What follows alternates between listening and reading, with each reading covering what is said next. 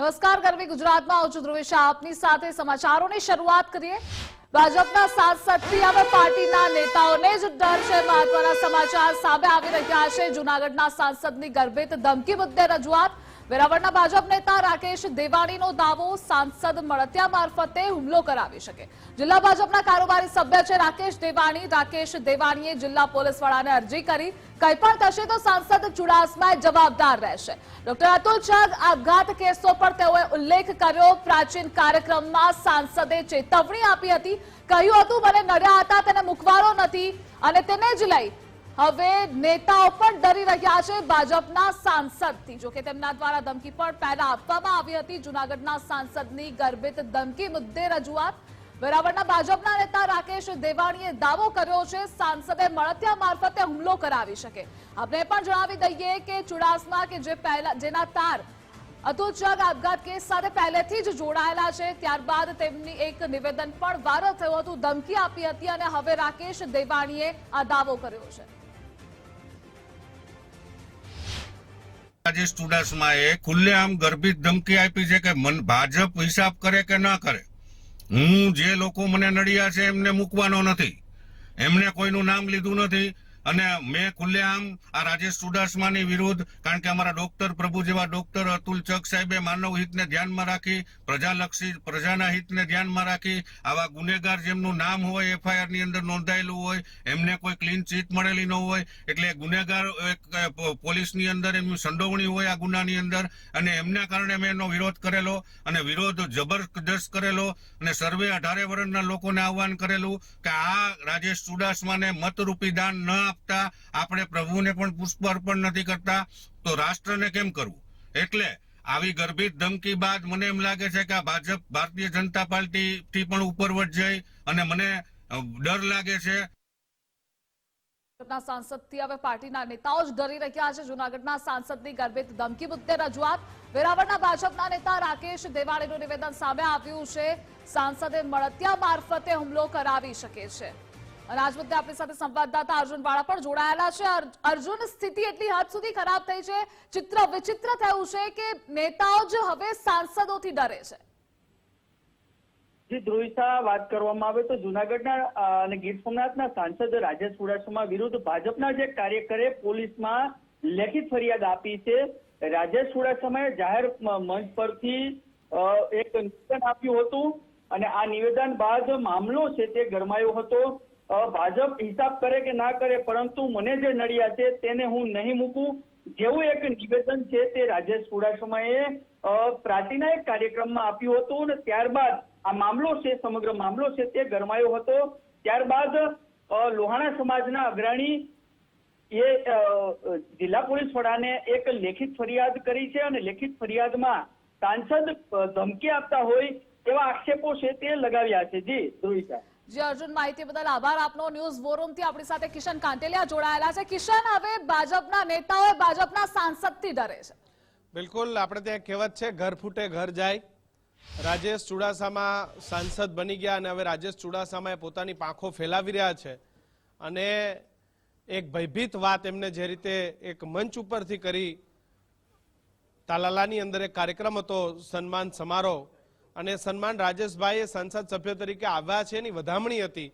જો કે વધામણીમાં રાજેશભાઈ પોતે ભાન ભૂલી ગયા, આમને એક ગર્ભિત ચીમકી આપી દીધી કે ભારતીય જનતા પાર્ટી હિસાબ કરે કે ના કરે પણ રાજેશ ચુડાસમા એ તમામનો હિસાબ કરવાના છે। જો કે હવે એના ઘેરા પ્રત્યાઘાત પડ્યા છે। ખુદ ભારતીય જનતા પાર્ટી સાથે જોડાયેલા જે સ્થાનિક નેતા છે વેરાવળના, એ વેરાવળના નેતાએ પોલીસ જે સુપ્રિન્ટેન્ડન્ટ ઓફ પોલીસ છે જિલ્લાના વડા, એમને એક લેટર લખી દીધો છે અને તેની અંદર તેઓએ કહ્યું છે। આપણી સાથે વાત કરવા જે દેવાણી, જે રાકેશ દેવાણી છે જેમને આ ધમકીને લઈને પોલીસમાં અરજી કરી છે, આપણી સાથે જોડાયા છે। દેવાણીભાઈ, તમને કેમ ડર છે રાજેશ ચુડાસમાને લઈને? શા માટે તમે પોલીસમાં અરજી કરી છે? તમે નડ્યા હતા રાજેશ ચુડાસમાને ક્યાંય? હાજી, અમે એમની વિરોધમાં ખુલ્લેઆમ પ્રચાર કરેલો હતો અને પ્રજાજોગ સંદેશ એક આપેલો હતો અને આહવાન કરેલું હતું કે જુનાગઢ 13 લોકસભાના જે સાંસદ છે એમની ઉપર એક ડોક્ટર અતુલ ચગ સાહેબ જે અમારા સેવાના ભેગદારી ડોક્ટર હતા, એમની કથાકથિત સંડોવણી એમાં ખુલેલી એમની ઉપર એફઆઈઆર નોંધાયેલી અને કોઈ અદાલતે એમને ક્લીન ચીટ આપેલી નહોતી પોલીસે કોઈ એમને સમરી ભરેલી નથી અને એમની કોઈ ધરપકડ થયેલી નહોતી. આવા ગુનેગાર જેની પર ગુનાહિત કૃત્યનું આરોપ હોય અને એમની પર એફઆઈઆર નોંધાયેલી હોય, આવા ઉમેદવાર આપણી વચ્ચે આવેલા હોય તો આપણે પ્રભુને પણ પુષ્પ અર્પણ નથી કરતા તો રાષ્ટ્રને કેમ કરવું? એટલે એમને રાજેશ ચુડાસમાને મત ના આપવા પ્રજાજોગ 18 વર્ષના લોકોને મેં અપીલ કરેલી. અને પ્રથમ જયારે ડોક્ટર તો હવે તમને કેમ ડર લાગે છે રાકેશભાઈ? હવે તમને શું ડર લાગે છે? સંસદ બની ગયા એટલે કાયદો અને વ્યવસ્થા પોતાના હાથમાં લઈને ફરશે એટલે તમને ડર લાગે છે? એટલે જ ડર લાગે છે. એમને ભારતીય જનતા પાર્ટીના સિમ્બોલ ઉપર જીતા છે, નરેન્દ્રભાઈ મોદી વડાપ્રધાન શ્રીના નામે જીતા છે. લોકોએ ભારતીય જનતા પાર્ટી ઉપર વિશ્વાસ રાખીને સનિષ્ઠ કાર્યકરોએ મહેનત કરીને સૌરાષ્ટ્રમાં ઓછી લીડે જીત્યા છે. એમને ત્રીજી વખત જીત્યા છતાં મંત્રી પદ નથી એટલે જ પાર્ટી આપેલું, કારણ કે પ્રથમ વખત ભાવનગરના મહિલા જીતા છે, બેન જે શિક્ષણને લગતા સાથે સંકળાયેલા છે, એમને મંત્રી પદ મળેલું છે. જો આમની લોકચાહના પાર્ટીમાં એટલી જ હોય તો એમને પણ મંત્રી પદ મળેલું હોય. અને આ શખ્સ સાંસદ બની ગયા બાદ એક શપથવિધિ લેવડાવવામાં આવે છે અને શપથવિધિની અંદર એવું લેવડાવવામાં આવે છે કે ભાઈ હું કોઈ પ્રજાજોગ રાગદ્વેષ રાખીશ નહીં, હું રાષ્ટ્રહિતને સમર્પિત રહીને કામો કરીશ. એને બદલે આભાર દર્શન કાર્યક્રમની અંદર પ્રાંતિજ મુકામે 19 તારીખે ખુલ્લેઆમ ગર્ભિત ધમકી આપેલ છે કે ભાજપ હિસાબ કરે ના કરે, હું કોઈને મારી વિરુદ્ધ જે નડિયા છે એને મૂકવાનો નથી. એમણે કોઈનું નામ લીધેલું નથી એટલે કદાચ મને ડર છે કે મેં ખુલ્લેઆમ તમને શું ડર લાગે? તમારી સાથે શું થઈ શકે છે રાકેશભાઈ? તમને શું ડર લાગે છે? ડોક્ટર અતુલ ચગ સાહેબ જેવા આત્મહત્યા કરવી પડી હોય અને એમની સુસાઇડ નોટના આધારે આજની તારીખ સુધી એમની પર કોઈ કાયદેસર કાર્યવાહી થઈ ન હોય તો મારા જેવા નાના કાર્યકર, ભારતીય જનતા પાર્ટીનો હું પણ કાર્યકર છું, આવા ગુનેગારની વિરુદ્ધ, આવા ગુનાહિત કૃત્યમાં એનું નામ આવ્યું હોય એટલે મેં વિરોધમાં પ્રચાર કરેલો અને સેવાના ભેગ ધરી ડોક્ટરે આત્મહત્યા કરતા એમને મતદાન ન કરવા મેં ખુલ્લેઆમ 18 વર્ષના લોકોને અપીલ કરી. એટલે મને ડર લાગે. તમને શું આશા અપેક્ષા છે પોલીસ તંત્ર પાસેથી અને રાજેશ ચુડાસમા પાસેથી? મને મારા પરિવારને કે મને કોઈ જાનમાલનું નુકસાન ન કરે અને મારા પરિવાર ઉપર કોઈ પણ જાનની ધોરણસરની કાર્યવાહી એમની ઉપર કરે, જ્યાં સુધી એ સાંસદ છે ત્યાં સુધી મને ડર છે કે મારી ઉપર જાનનું જોખમ રહેશે અને મારા પરિવાર ઉપર રહેશે. એટલે એમને રાજેશ ચુડાસમા આગળ એવા કોઈ પણ ધોરણસરની કાર્યવાહી કરી જે કાયદેસરની કાર્યવાહી થતી હોય એમના જામીન લેવા, જેથી કરીને મને ભય ન રહે અને એના મળતિયાઓ કે તે મારી ઉપર કોઈ અત્યાચાર કે પડદા પાછળ કે પીઠ પાછળ કે સામેથી કે પાછળથી કોઈ તમને અત્યાર સુધી કોઈ પણ રીતે નડવાનો કે કોઈ પણ રીતે તમને વાતચીત કરીને ડરાવવાનો પ્રયત્ન થયો છે ખરો રાકેશભાઈ? એવો નથી થયો, પરંતુ એને ગર્ભિત ધમકી કોઈના નામ લીધા વગર ખુલ્લેઆમ આપી છે અને ભાજપ હિસાબ કરે ન કરે હું કોઈને મૂકવાનો નથી 5 વર્ષમાં. આવી ગર્ભિત ધમકી ખુલ્લેઆમ આપી છે. તમારું રહેવાનું ક્યાં છે? વેરાવળ કે મારું રહેવાનું વેરાવળ, ગીર સોમનાથ. અચ્છા, અને તમારાથી કેટલા નજીક રહે છે સંસદ સભ્ય? ઈ મારાથી 30 મિનિટનો રસ્તો થાય, એમનું ચોરવાડ ગામ છે.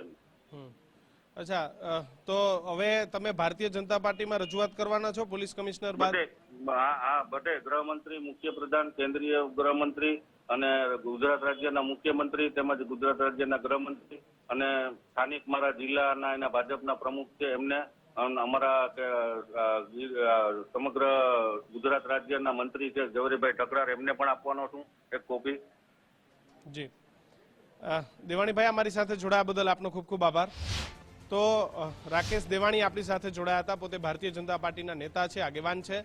ડોક્ટર અતુલ ચગ આત્મહત્યા કેસમાં તેઓએ રાજેશ ચુડાસમાની વિરુદ્ધ પ્રચાર કર્યો હતો ચૂંટણીમાં અને હવે આખરે રાજેશ ચુડાસમા ફરી સાંસદ બની ગયા છે. તાલાલાની એક સભામાં રાજેશ ચુડાસમાએ ગર્ભી ચીમકી આપી હતી ભાજપ હિસાબ ના કરે કે પણ હું બધાનો હિસાબ કરવાનો છું. જો કે આ લઈને અનેક લોકોને હાલ ડરી રહ્યા છે, લોકોમાં ભયનો માહોલ છે કે રાજેશ ચુડાસમા એમની સાથે કોઈ પણ ખરાબ રીતે એમની સાથે વર્તન કરશે. જો કે આ તમામની વચ્ચે લોકોમાં જે ડરનો માહોલ છે તેને લઈને પોલીસ કમિશનરને પણ લોકો ફરિયાદ આપી રહ્યા છે. રાજેશ ચુડાસમાએ શું ધમકી આપી હતી લોકોને એ આપણે પહેલા સાંભળી લઈએ.